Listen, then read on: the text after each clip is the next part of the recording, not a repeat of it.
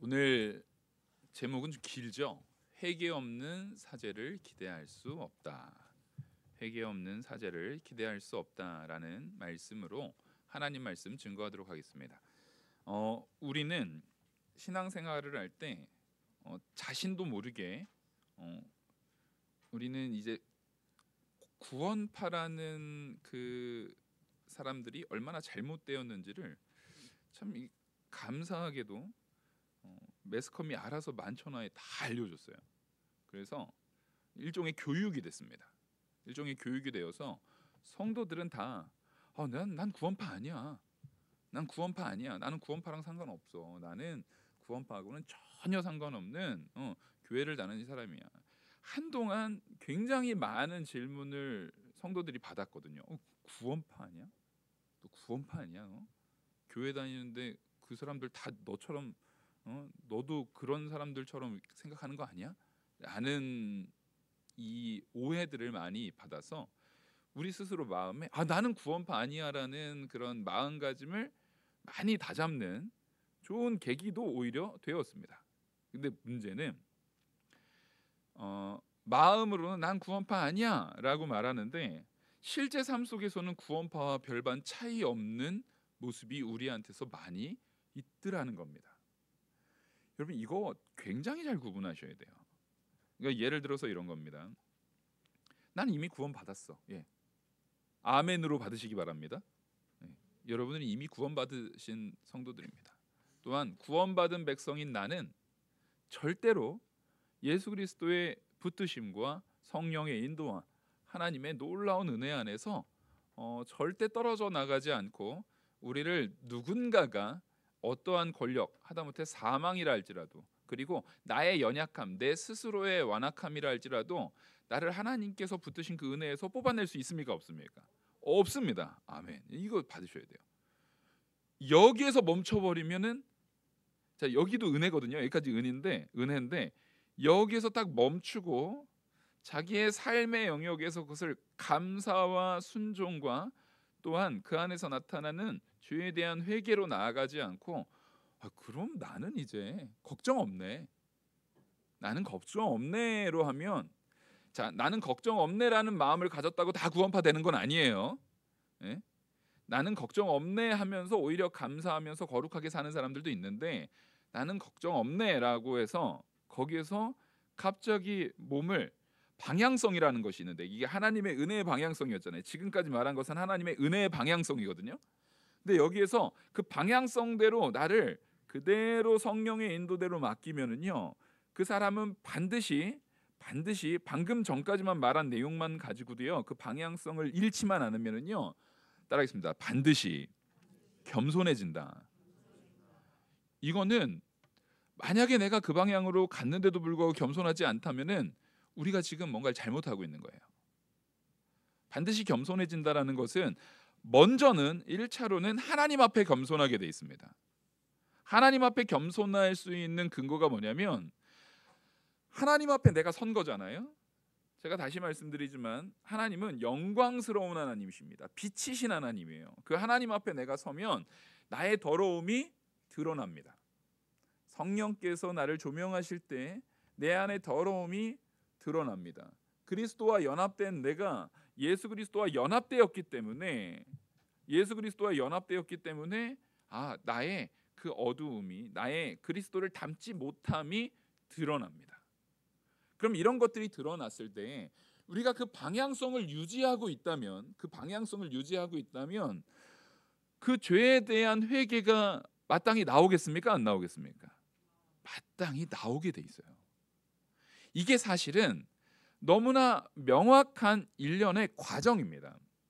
근데 이 방향성이 아까 제가 말씀드렸던 그 시점에서 딱 틀어져서 하나님을 향하지 않고 나 자신을 바라보기 시작하고 나의 유익으로 생각하는 방향으로 되어지게 됐을 때 그럼 나는 이제 걱정 없으니까 이제 막 살아도 되겠네 라고 하면 안 된다라는 거예요. 이게 제가 흔히 젊은 청년들이 하는 내용 이 표현 중에 아주 안 좋아하는 표현이 있어요. 아주 안 좋아하는 표현이 있는데 이게 뭐냐면 저는 청년들한테 이 결혼에 대한 부분을 되게 강조하는 목회자 중에 하나였습니다. 그래서 결혼해야 된다. 이게 하나님의 창조 섭리고 은혜 안에서 이것을 통해서 하나님께 영광 돌리는 결혼 자체로, 그리고 결혼을 통해서 거룩한 자녀를 얻는 것이 하나님께 영광 돌리는 일이다라는 것을 딱 얘기를 하는데, 누가 이렇게 만나는데요. 그럼 저는 꼭 믿음 안에서 만나라. 믿음 안에서 만나고 그 안에서 믿음 안에서 거룩한 교제를 나누라라고 하는데, 보통 꼭 싸우잖아요. 싸우는데 이야기들이 그래요. 달라졌다는 거예요. 근데 안타깝게도 꼭 남자 쪽이 먼저 달라진대요. 이 여자 쪽보다는 좀 그래요. 경험적으로 제가 모든 여자들은 다 착하고 남자들은 다 나쁜 놈 이게 아니에요.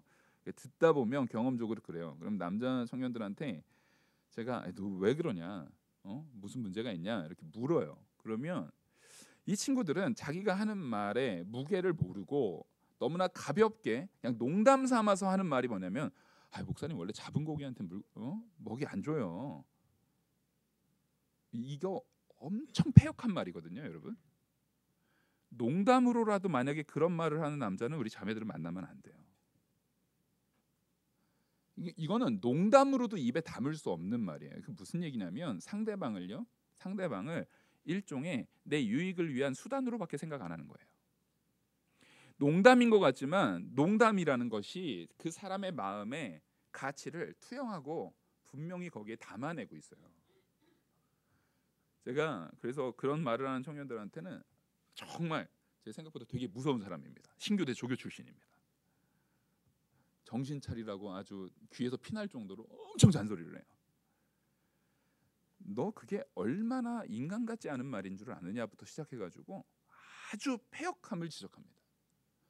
여러분, 이거는 성도라고 하면, 적어도 성도라고 하면요, 남자가 됐든 여자가 됐든 하나님께서 누군가를 만나요. 누군가의 관계 속에서 함께 이 연합되어지는 부부관계라는 것은 하나님이요, 우리와 하나님과의 관계의 연합을 상징적으로 보여줄 수 있는, 사람에게 정말 현상적으로 보여줄 수 있는 가장 좋은 방법으로서 결혼관계를 하나님께서 우리에게 주신 거거든요.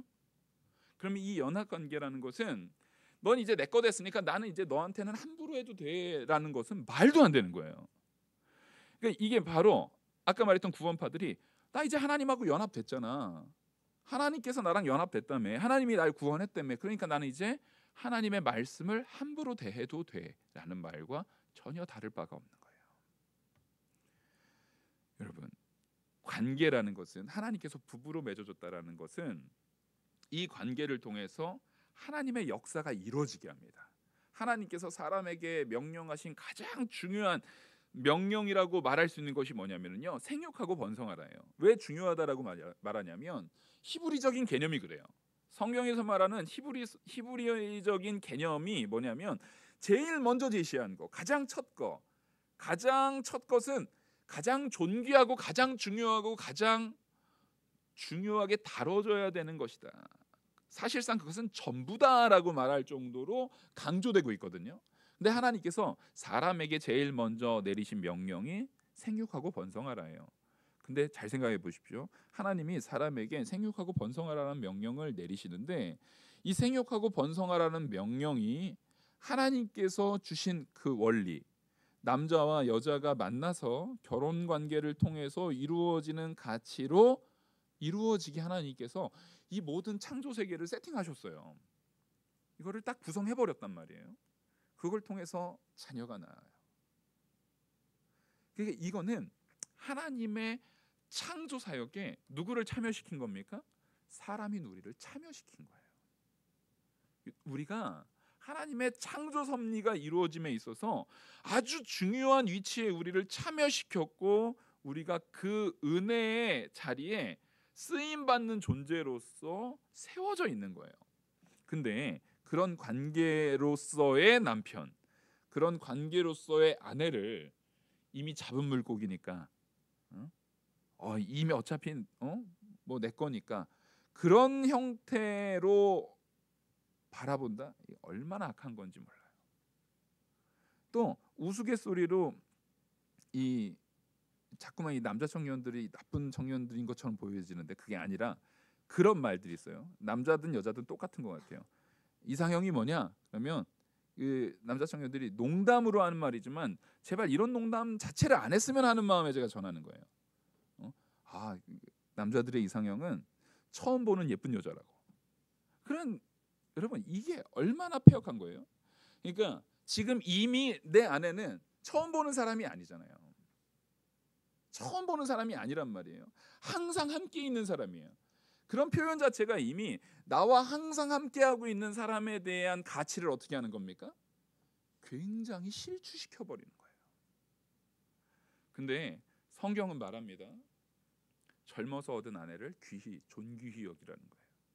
성경에서 말하는 가치는요, 나와 항상 함께하는 자들이 가장 존귀한 줄을 알아야 돼요.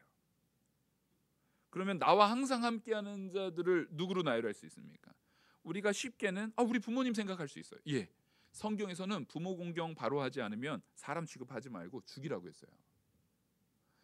얼마나 존귀한 존재인지, 나와 절대 뗄래야 뗄 수 없는, 생물학적으로 나는 부모를 통해서 나왔잖아요. 그러니까 절대 뗄래야 뗄 수 없는, 나와 항상 함께하는 그 존재가 얼마나 존귀한지를 보여주는 거예요. 방금 제가 말라기 말씀에서처럼 젊어서 얻은 아내, 성경은요 언제나 한 남자의 한 여자의 원리를 한 번도 이걸 뺀 적이 없어요. 이거는 언제나 고수되는 원리예요. 그거를 사람들이 죄악 가운데 벗어버릴 뿐이고 사람들이 죄악 가운데 어겼을 뿐이지, 이 원리는 한 번도 성경에서 이걸 아니라고 말하지 않을 뿐만 아니라 이렇게 하지 않았을 때 한 남자와 한 여자의 관계, 부부 관계를 어기고 여러 아내를 뒀을 때 성경의 모든 인물들은 반드시 문제가 일어났습니다. 그것 때문에. 그러니까 하나님의 심판이에요. 그걸 우리는 분명히 마음에 새겨야 되는 겁니다. 그리고 그러니까 우리와 항상 함께하는 관계로서의 아내, 항상 함께하는 관계로서의 남편에 대한 부분을 우리는 굉장히 존귀히 여겨야 되는 거예요. 또 하나, 우리와 항상 함께 하시는 분을 우리는 누구로 볼 수 있습니까? 예수 그리스도가 나와 뭐 하셨다고요? 연합하셨다. 예수 그리스도가 나와 연합되어 계시기 때문에 우리는 성령, 예수님께서 우리가 예수 그리스도를 믿는 믿음 안에서 우리에게 누굴 보내주십니까? 보혜사 성령 하나님을 보내주세요. 그러면 보혜사 성령께서는 우리에게서 떠나십니까? 안 떠나십니까? 안 떠나세요. 그러니까 부모님보다도 아내나 남편보다도 자녀보다도 더 명확하게 나와 항상 연합되어 있고 항상 밀접하게 관계에 있는 존재로서 우리는 누굴 봐야 돼요? 하나님을 봐야 돼요. 그러니까 하나님 앞에 이 구원받는 자들의 이 패역함, 나는 이미 구원받았으니까 내 삶에 있어서 그냥 내가 하고 싶은 대로 살아도 돼라는 말은 나와 연합되어 있는, 나랑 가장 가까이 연합되어 있는 하나님 말씀을 아주 대놓고 뭐 하는 겁니까? 무시하는 겁니다. 아까 말했던 것처럼 하나님 이제 내가 잡은 물고기니까, 택배 때문에 이제 내가 잡은 물고기니까 나는 뭐 함부로 대해도 돼 하는 모습을 어느 경우에도 나와 지속적으로 함께하는, 언제나 나와 함께하는 존재의 가치를 무시하고 평가절하시키고 그 안에 패역함을 두고 하는 모습들을 반드시 뽑아내야 된다라는 거예요. 여러분, 이 원리가 온전히 세워져 있지 않은 사람은요, 그 성도로서 자라남이 없어요. 성도로서 자라남이 있으려면은요, 이 원리를 깊이 새겨 넣으셔야 되는 거예요. 우리는 성경 이 말씀이 이겁니다, 이 말씀이 이겁니다 이렇게 풀어내는 것보다도 그것도 중요해요. 근데 이것이 갖고 있는 참된 원리가 내 삶에 어떻게 적용할까를 여러분 고민하셔야 돼요. 반드시 고민하셔야 된단 말이에요. 왜 요즘에 교회가 그렇게 욕을 먹고 교회가 세상의 빛과 소금의 역할을 감당하도록 이미 하나님께서 선언하셨단 말이에요. 하나님의 선언은 이루어집니까? 안 이루어집니까? 아멘. 예, 맞습니다. 태양아? 있으라 했더니 태양이 있어요, 없어요? 있어요. 빛이 있으라니까 있어요, 없어요? 있어요. 놀랍잖아요. 근데 내가 거룩하니 너희도 거룩하라라는 말은 죽어라고 안 이루어져요.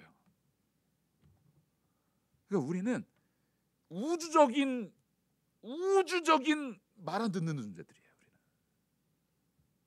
우리가 얼마나 하나님 앞에 이 참 불순종하는 존재인지 우주적인 사건도, 여러분 생각을 해보세요.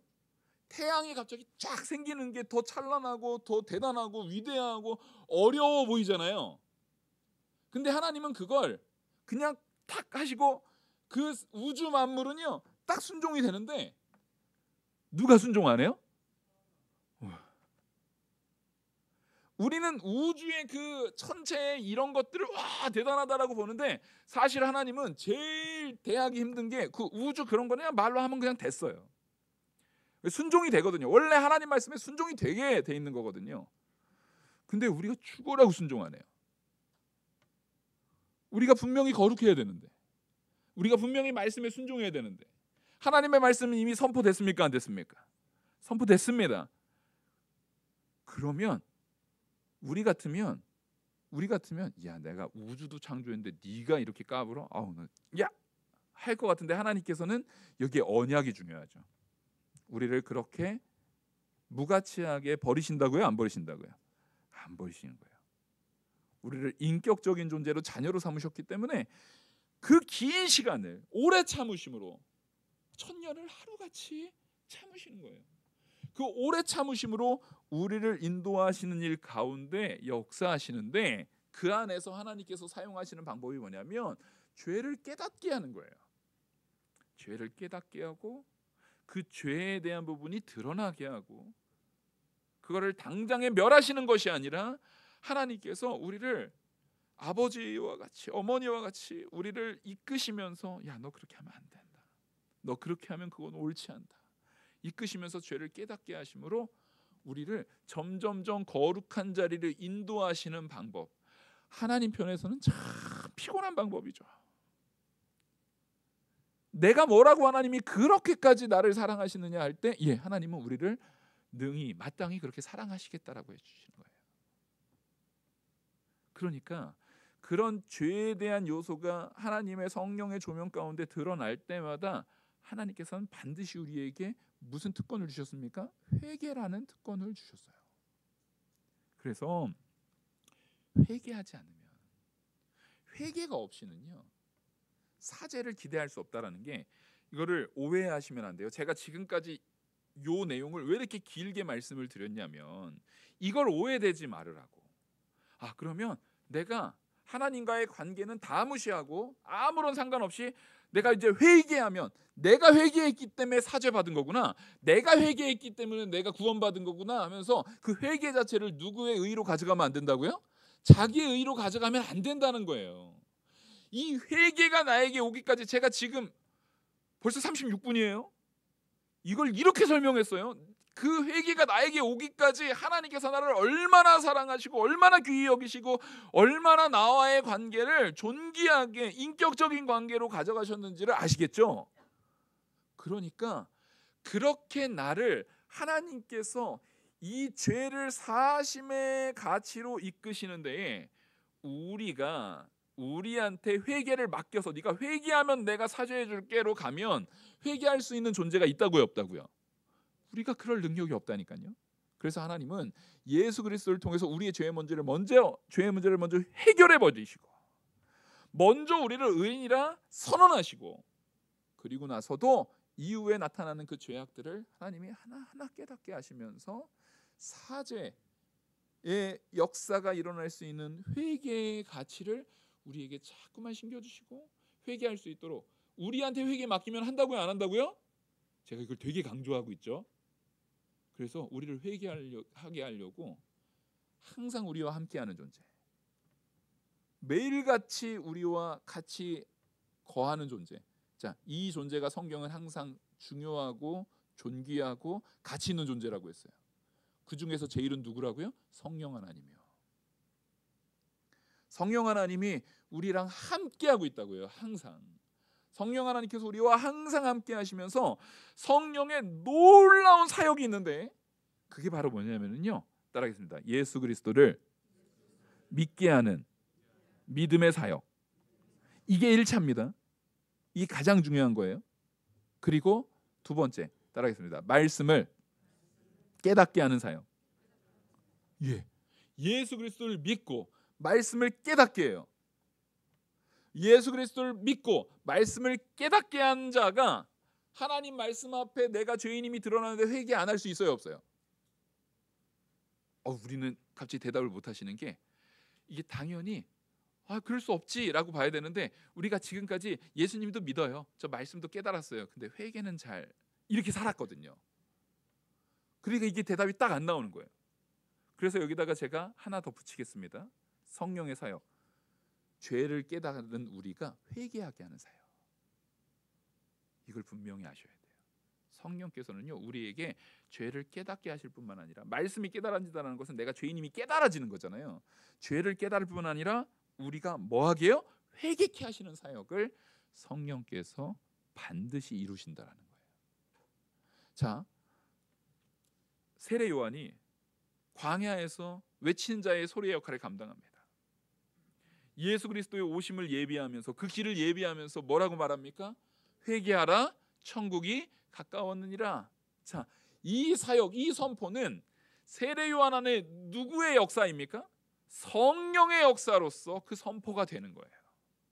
세례 요한은 성령께서 이끌어서 그 선포를 하고 있는 거예요. 그러니까 우리는 세례 요한과 같이 우리 자신에게 무슨 선포를 해야 되는 거예요? 회개하라. 우리는 근데 다 자기가 이제 세례 요한으로 빙의가 돼가지고 자기한테는 선포 안 하고 다른 사람들한테만 너 회개해, 너 회개해, 너 회개해, 자꾸 이런단 말이에요. 근데 세례 요한이 회개하라, 천국이 가까웠느니라고 선포할 때 자기한테는 안 한 걸까요? 자기한테 제일 먼저 한 거예요. 제가 지금 설교를 합니다. 제가 설교를 하는데 이 설교가 저한테는 안 하고 내 설교 잘 듣고요, 우리 성도들 똑바로 하십시오, 이런 게예요? 이런 게 아니에요. 적어도 제가 하는 설교는 누가 제일 먼저 들었어요? 제가 제일 먼저 들었겠죠. 제가 갑자기 아무것도 안 하다가 딱 일어나서 지금 순간 생각나는 말을 막 할까요? 그런 능력이 있으면 참 좋겠죠. 그럼 천재일 텐데. 하지만 저에게는 그런 능력이 없어요. 그리고 하나님은 목회자에게 그런 능력을 허락하시지 않아요. 그게 거룩한 능력이 아니기 때문에. 반드시 준비 과정이 있어야 돼요. 근데 그 준비 과정은 뭐냐면 하나님께로부터 먼저 받는 과정, 하나님 말씀 안에서 먼저 변화되는 과정, 하나님 말씀 안에서 먼저 깨지는 과정이 있어야 되는 거예요. 그래서 제가 먼저 깨지고 와야 돼요. 설교를 딱 이제 하려고 단위에 딱 섰을 때 제가 이렇게 화면을 이렇게 보면은 저도 모니터를 하거든요. 모니터를 이렇게 하면은 얼굴이 항상 이렇게 좀 꾀지지한 것 같아요. 제가 제 얼굴이 이렇게 만족이 안 돼요. 근데 다시 한번 돌이켜 보니까 이게 옳은 걸 수도 있겠다 생각이 들어요. 왜냐면 말씀을 전하는 그 순간까지 하나님의 그 말씀 가운데 내가 막 산산이 깨지고 막 그런 과정 가운데 있는데 말씀 전할 때 얼굴이 막 너무 막 번지를 해. 그러면 이 상한 심령이 아니잖아요. 어찌 보면 하나님께서 이 얼굴에도 드러나게, 그렇다고 제가 막 얼굴에 뭐 로션도 안 바르고 일부러 꾀지지하게 하려고 그러는 건 아니에요. 그러니까 우리는 언제나 말씀 앞에서 나의 상한 심령에 대한 그 마음을 반드시 가져가는 삶을 살아야 돼요. 그러면 그 사람은 교만해질 수가 있어요, 없어요? 없죠. 그래서 아까 말씀드렸죠. 하나님의 말씀 앞에 온전한 방향으로만 가면 우리가 겸손할 수밖에 없어요. 겸손할 수밖에 없는 거예요. 그래서 우리가 분명히 이 회개라는 것이 내 죄사함에 반드시 성령께서 그 죄사함으로 이끄실 때 우리를 반드시 회개케 하는데, 회개하지 못하게 하는 것들이 있다라는 거예요. 제가 이것을 적어놨어요. 한번 1번 한번 읽어볼까요? 시작. 불신앙. 불신앙. 이건 우리에게 적용됩니까, 안 됩니까? 여러분들에겐 적용되지 않아요.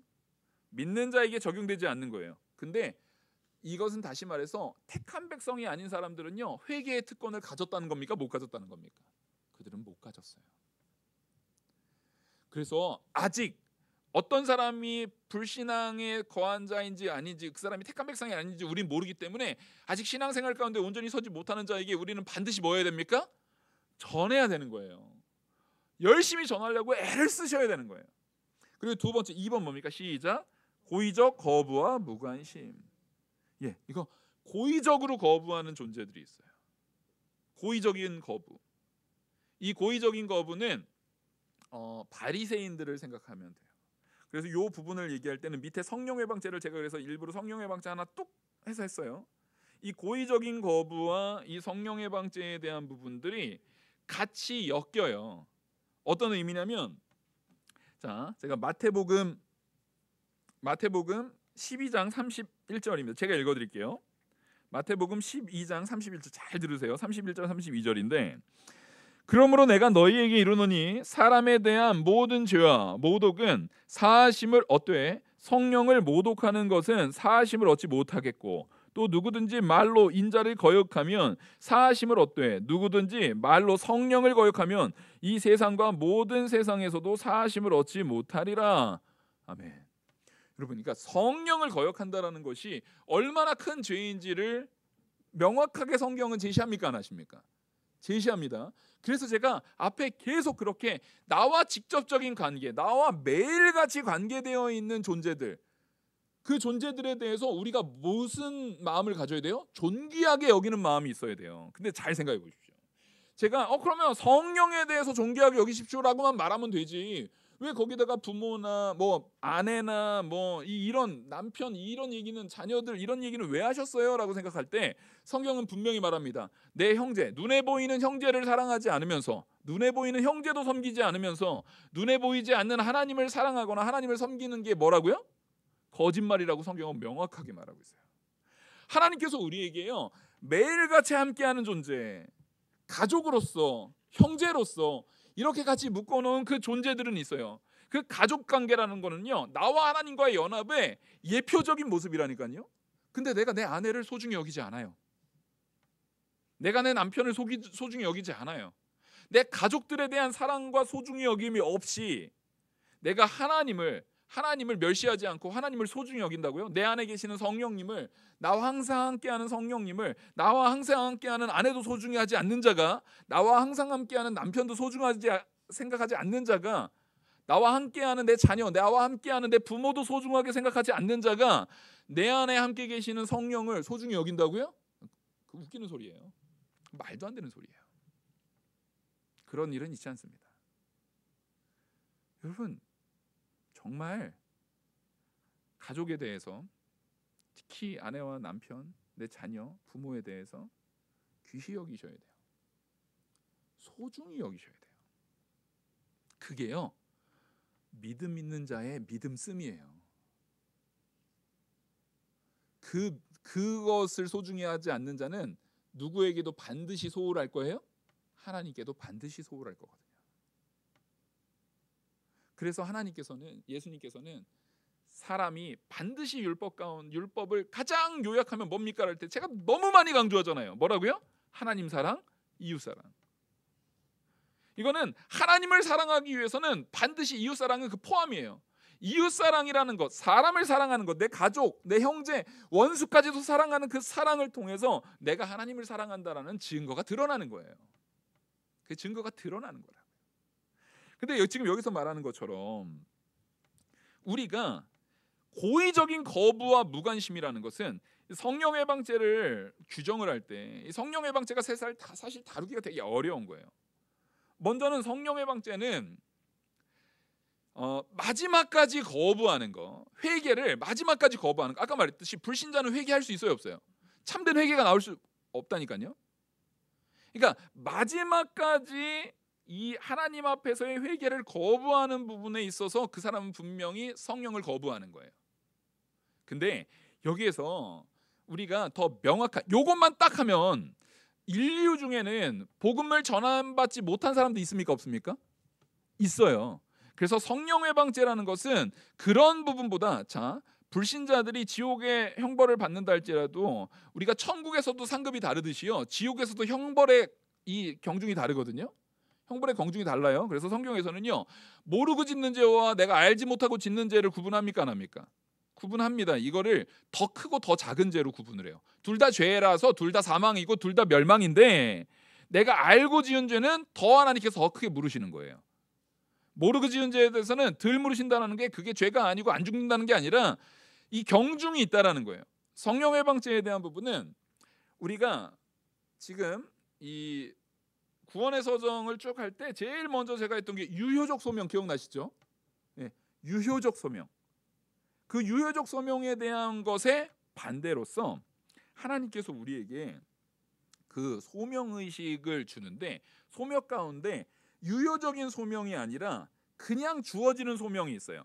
그냥 안 믿는 사람에게도 예를 들어서 어떤 사람이 예수 천당 불신지옥을 저기 서울역에서 막 전하고 있어요. 서울역에서 예수 천당 불신지옥 전했어요. 그러면 그거는 그래도 되게 투박한 형태고 되게 불친절한 형태이긴 하지만 복음은 선포된 거예요, 안 된 거예요? 복음 선포된 겁니다. 예, 복음이 선포된 거예요. 그거를 뭐라고 하냐면 그런 선포. 그리고 예를 들어서 교회 안에도 불신자가 들어올 수 있어요, 없어요? 있어요. 교회 안에도 불신자가 들어올 수 있어요. 근데 그 사람에게도 교회에 앉아 있기 때문에 그 사람이 목회자의 설교를 예수 그리스도를 믿음으로 구원받는다라는 것을 선언받잖아요. 예, 거기까지 말 그대로 성령의 역사, 하나님의 창조사역, 하나님의 구원하심, 예수 그리스도의 십자가의 보혈과 은혜에 대한 부분을 소개만 받는 거. 자, 그냥 들려서 내가 소개만 받는 것을 외적 소명이라고 합니다. 그래서 아까 유효적 소명이라는 것은 이 외적 소명의 반대말로서 내적 소명이라고도 말해요. 제가 그거 한번 말씀드렸는데 다시 한번 말씀드리지만 유효적 소명과 내적 소명은 같은 말이에요. 그리고 이게 반대가 외적 소명이라고 해요. 외적 소명이라는 것은 겉에서만 들리기만 한 거예요. 그러니까 내적 소명이라는 것은 그 의미가 외적과 내적의 의미에 가장 결정적으로 구분하는 중요한 원리가 뭘까요? 중요한 원리가 뭐냐면 하나님의 역사하심이에요. 외적 소명이라는 것은 하나님이 역사하지 않아도 우리가 다 들리잖아요. 일반 은총 가운데 태양빛이 믿는 사람한테만 비춰집니까? 비가 믿는 사람한테만 내리고 저기 안 믿는 사람은 맨날 거기만 비 안 내리고 가뭄에 막 시달려요? 아니에요. 하나님께서는 사람의 범죄가 있다 할지라도 일반 은총 가운데 우리에게 주어진 내용이 있어요. 그래서 외적 소명으로 들려지게 하는 부분들 그것도 있어요. 은혜로 주어져요. 하지만 그 사람이 택한 백성이 아니면 그 안에서 역사하시는 뭐가 없습니까? 성령의 역사가 없어요. 그러니까 외적 소명이 들려졌음에도 불구하고 자, 이 성령 회방죄라는 것은 내가 이걸 들었어요. 듣고 이것이 옳다라는 것을 인정하는 자리까지 갔어요. 그러니까 외적 소명으로 거기까지 갈 수 있다니까요. 얼마든지 외적 소명으로도요. 이거 좋은데 이게 맞는 것 같은데 자리까지 갈 수 있어요. 많은 예들이 있죠. 지금 여기서 말하는 고의적으로 거부하는 자들, 이 고의적으로 거부한다는 얘기는 뭔가 내용을 알아야 고의적으로 거부할 거 아닙니까? 그 사람이 누구겠어요? 바리새인이 대표적인 예예요. 그리고 여기서 또 뭐냐면 무관심에 대한 부분은 뭐냐면 그 소명 자체에는 무관심해요. 단지 그게 나한테 이익이 되냐 안 되냐만 생각하는 거예요. 나한테 이익이 되는가 안 되는가. 그래서 그 3번이 그것과 연결이 되는데 3번 우리 같이 한번 읽어볼까요? 시작. 기독교인으로 받게 될 손해에 대한 두려움과 세상의 이익에 대한 집착. 그래서 사도 바울이 편지를 쓸 때 누구는 세상이 좋아서 세상으로 떠나버렸다 이런 사람들이 여기에 속하는 거예요. 그 뭐냐면 외적 소명까지는 들었는데 이걸 해보니까 이게 좀 유익이 되는 것 같은데 이거를 나의 이익을 위해서 사용하려고 하는 사람들이 있죠. 예를 들어서 마술사 시몬 같은 존재가 그런 존재들이에요. 마술사 시몬 같은 존재는 베드로한테 가가지고 나한테도 그거 안수고 줘가지고 나한테도 귀신 내어주는 능력 그런 능력을 나한테도 줘라. 내가 돈 줄게.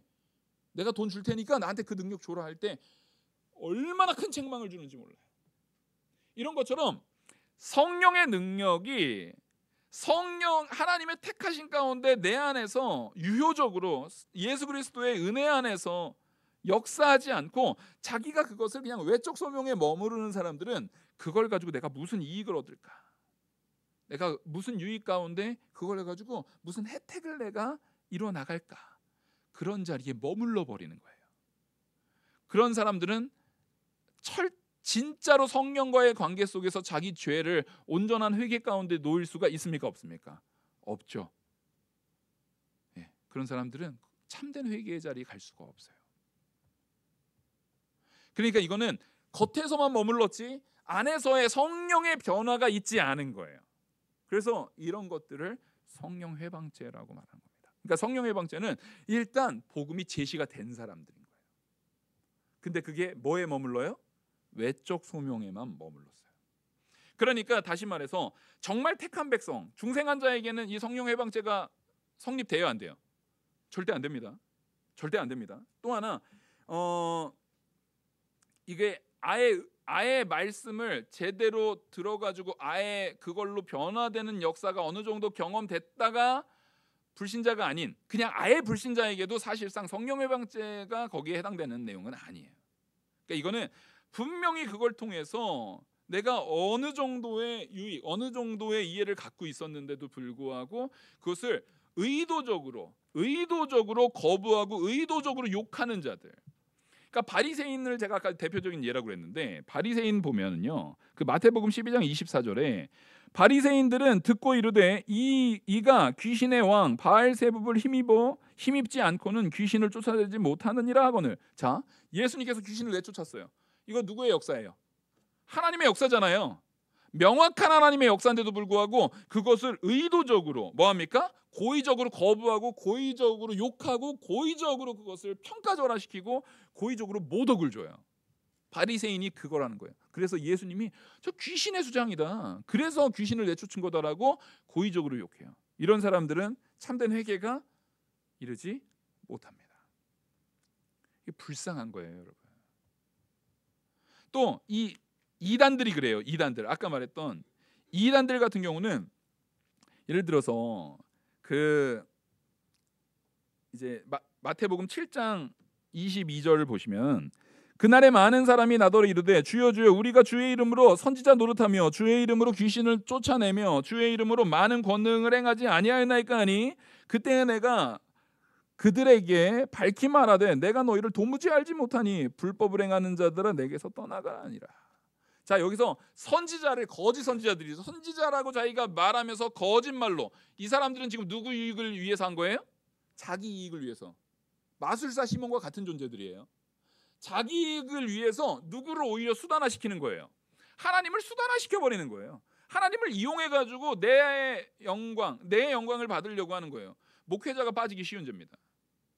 목회자가요, 여러분들을 막 사람을 동원하기 위해서 말씀을 가지고 이용을 하는데 정작 그 말씀의 온전한 진리는 자기가 순종하지 않으면서 사람만 많이 동원해가지고 자기의 일신을 꾀한다? 이게 똑같은 죄예요. 거짓 선지자들의 죄.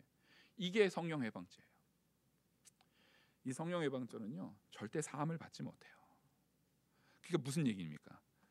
가까이 있는 존재, 정말 나와 항상 함께하는 우리 성령 하나님에 대해서 수단화시키는 죄라는 거예요. 이 죄가 얼마나 악한 죄인지 아시겠죠? 하물며 내가 사랑하는 내 아내를 수단화시킨다? 이제는 이 아내 됐으니까 이제 함부로 대한다? 여러분, 이게 얼마나 큰 죄인지를 아셔야 돼요. 내 남편이 이제 어차피 내 남편이니까 남편은 나한테 알아서 잘해야지 하면서 남편을 함부로 대한다? 이게 얼마나 큰 죄인지를 아셔야 되는 거예요. 부모에 대해서 함부로 한다? 자녀의 관계 속에서 자녀를, 그런 부모들도 있어요. 자녀를 내 노후를 위한 일종의 방어수단 정도로 생각하는 사람들도 있더라고요. 이거 심각한 거예요. 이거 심각한 죄예요. 여러분, 우리는요 그런 죄악이 얼마나 큰 죄악인지를 알아야 돼요. 근데 여기에서 아까 우리 성령 회방죄 그 본문을 좀 읽었는데 히브리서 6장 보시면 히브리서 6장 4절에서 6절 말씀 제가 봉독해 드리겠습니다. 한 번 빚을 받고 하늘의 은사를 맛보고 성령에 참여한 바 되고 하나님의 선한 말씀과 내세의 능력을 맛보고도 타락한 자들은 다시 새롭게 하여 회개할 수 없나니 이는 그들이 하나님의 아들을 다시 십자가에 못 박아 드러내놓고 욕되게 함이라. 자, 여기서 무서운 게 다시 새롭게 회개할 수 없나니, 성령 회방죄를 짓는 사람은 다시 새롭게 회개할 수 없다라고 말하니까 무서워요, 안 무서워요? 이거 무섭죠. 우리 그러면 내가 막 갑자기 이런 고민을 하는 거예요. 내가 옛날에 하나님에 대해서 모독한 적 없었나? 내가 하나님에 대해서 모독해가지고 막 이게 성령 회박한 적 없었나? 내가 함부로 말한 거 없었나? 이걸 막 두려워하는 거예요. 이게 실제 있었던 일이에요. 그것 때문에 두려워가지고요. 그 조나단 에드워즈 부흥 대각성 운동 때 그게 두려워서 내가 옛날에 모독했던 적이 있었던 사람이야. 나는 절대 회개될 수 없어가지고 자살하는 사람들이 생겼어요. 근데 여러분 잘 아셔야 됩니다. 그게 미련한 거예요. 내가 그런 두려움, 하나님을 내가 혹시 내가 잘못했을 거에 대한, 하나님을 내가 모독한 부분이 없었는 거에 대한 두려움이 생긴 순간에 이미 내 안에서 누가 역사한 거예요? 예, 성령께서 그 죄를 드러나게 하신 것이고, 성령께서 그 죄를 깨닫게 하신 것이고, 성령께서 그 죄에 대한 부분을 조명으로 비춰서 고칠 수 있는, 회개할 수 있는 기회를 성령이 주셨는데 그걸 왜 두려워? 그게 왜 성령 해방죄예요? 그건 성령 해방죄가 아니라는 오히려 증거가 됩니다. 내가 혹시 그랬던 거 아니야? 막 두려움이 와요. 내가 혹시 그런 죄 잘못됐던 거 아니야? 라는 두려움이 오면 오히려 그 두려움은 내가 성령 해방죄와 상관이 없는 자라는 증거가 된다라는 것을 반드시 아셔야 돼요. 이걸 놓치시면은 거기에서부터 망가지는 거예요. 오히려 그 두려움은 나에게는 좋은 징조입니까? 악한 징조입니까? 좋은 징조고 건강한 신앙으로 이끌림 받았다라는 증거예요. 그래서 우리가 이 회개하지 못하는 장애들에서 4번 보면 구원받지 못할 것 같은 감정, 예, 그 감정. 아까 제가 3절까지와 4번, 5번, 3번까지와 4번, 5번을 구분하는 건 뭐냐면 4번, 5번은 나에게 그걸 장애로 막는 거지만 이건 얼마든지 성령의 도우심 가지고 뭐 할 수 있는 거예요? 극복할 수 있는 거예요. 그런 감정들이 생긴다 할지라도 그 감정 자체가 나를 죽여요? 못 죽여요? 못 죽여요. 오히려 그 감정은 누가 오히려 나에게 회개하라고 주시는 감정입니까? 하나님께서, 성령 하나님께서 나에게 회개하라고 주시는 감정이에요. 나 구원 못 받는 거 아니야? 그거는 네가 그렇게 죄인인 것을 깨달았다는 거예요. 우리가 죄인인 걸 깨달으면은요, 감히 나 같은 죄인은 구원받을 존재예요, 아니에요? 아닌 게 분명하죠. 그럼에도 불구하고 이미 죄인 되었던 우리를, 하나님의 원수 되었던 우리를 구원하신 게 하나님이에요. 그걸 깨닫게 하는 거예요. 그러니까 이런 감정들은 우리가 뭐 해야 되는 거예요? 능히 극복해야 되는 거예요. 능히 극복하고 오히려 회개로서 그것을 이겨내셔야 되는 거예요. 마지막 다섯 번째가 뭡니까? 예, 교만. 아까 말씀드렸듯이 처음 시작을 그래서 제가 이렇게 했어요. 그 성령의 인도, 하나님의 역사의 그 방향성이 중요하다고 했죠. 그 방향성으로 당연히 가기만 하면 우리는 무슨 자리로 갈 수밖에 없어요? 겸손으로 갈 수밖에 없어요. 그러니까 이 교만이라는 것은 내가 방향성을 뭐 한 거예요? 잘못 잡은 거예요. 가다가 길을 잃은 거예요. 그럼 어떻게 됩니까? 예, 우리의 빛 대신 그리스도를 바라보셔야 돼요. 내 잘못을 회개하고 돌이키셔야 되는 거예요. 오히려 이 교만의 마음이 내 안에 들었다는 얘기는 내가 지금 뭐 해야 될 때라는 거예요? 회개해야 될 때라고 성령께서 인도하고 계시는 거예요. 넌 교만할 자가 아니다. 넌 교만에 머무를 자가 아니다. 넌 반드시 온전하게 겸손의 자리로, 바로 그 겸손의 자리라는 것은 따라하겠습니다. 그리스도를 닮은 모습, 예, 그리스도를 닮아나가는 그 자리로 넌 반드시 인도받아야 될 자이다 라는 성령의 역사요, 메시지고 음성인 줄 알고 순종하는 저와 우리 모든 성도님이 되기를 간절히 축원합니다. 기도하시겠습니다. 은혜와 사랑이 무한하신 하나님 아버지, 오늘 이 말씀이 우리 안에 깨달아 역사될 수 있도록 은혜 내려 주시옵소서. 하나님께서 이끌어 주시고 하나님께서 역사하여 주시고 하나님께서 주장하여 주시옵소서. 이 모든 말씀 살아계시는 우리 주 예수 그리스도의 이름으로 기도 올리옵나이다. 아멘.